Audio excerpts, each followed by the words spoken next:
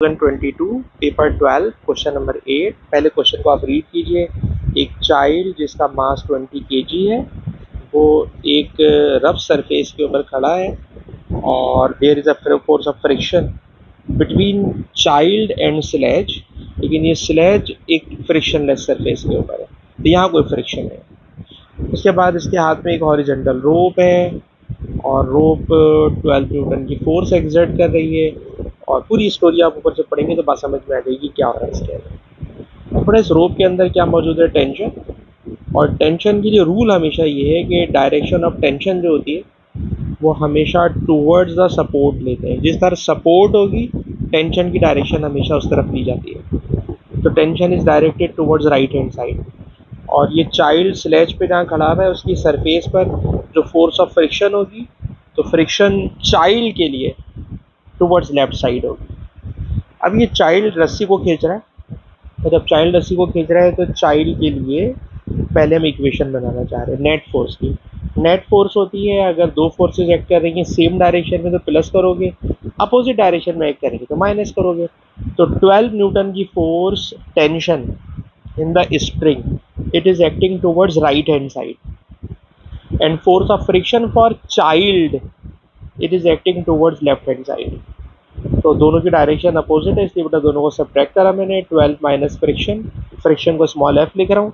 इस चाइल्ड का मास 20 kg है। एम ए एक्सीलरेशन हमें पता नहीं है तो ये मैंने इक्वेशन नंबर 1 बना ली फॉर चाइल्ड। इक्वेशन नंबर 2 बनाने के लिए मुझे आपको एक पहले कॉन्सेप्ट अलग से समझाना होगा वरना बात समझ में आ नहीं सकेगी।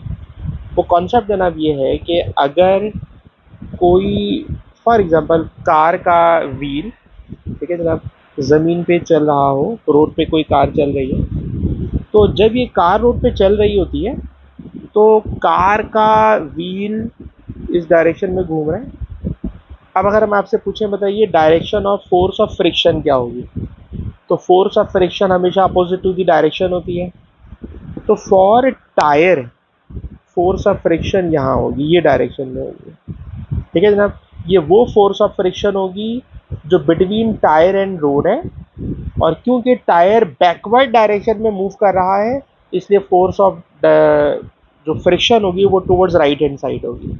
Movement towards left hand side है टायर की तो friction towards right hand side ली जाएगी, ठीक है जनाब। तो ये फोर्स ऑफ फ्रिक्शन होगी ऑन टायर, ठीक है जनाब, ऑन व्हील। तो व्हील के ऊपर जो फोर्स ऑफ फ्रिक्शन लग रही है, टायर के ऊपर जो फोर्स ऑफ फ्रिक्शन लग रही है टुवर्ड्स राइट हैंड साइड है।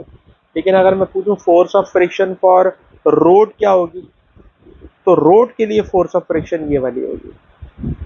दोनों equal in magnitude, opposite in direction होंगी वगैरह वगैरह। पर force of friction towards right hand side भी होगी, टुवर्ड्स लेफ्ट हैंड साइड भी होगी।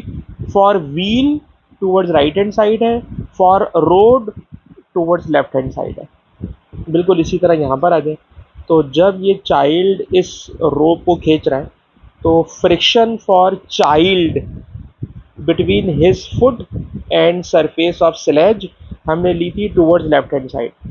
लेकिन जब मैं इक्वेशन बनाऊंगा फॉर स्लेज तो स्लेज के लिए जो फोर्स ऑफ फ्रिक्शन होगी ना अब वो टुवर्ड्स लेफ्ट हैंड साइड नहीं होगी बल्कि स्लेज के लिए force of friction towards right hand side होगी।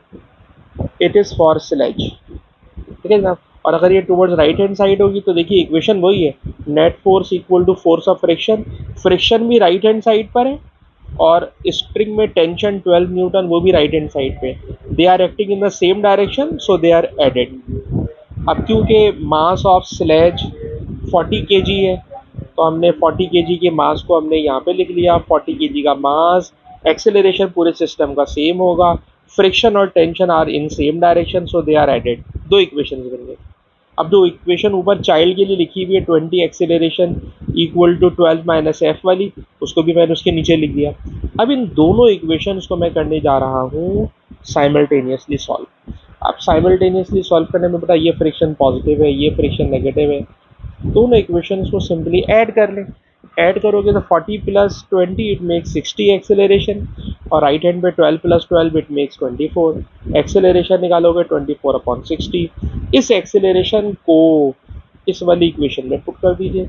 इस इक्वेशन में पुट करा मैंने 40 एक्सेलरेशन 24/60 और प्लस का 12 राइट हैंड पे, लेफ्ट हैंड पर आएगा तो माइनस का 12, और फ्रिक्शन को सब्जेक्ट बना लें तो फ्रिक्शन आ जाएगी 4 न्यूटन।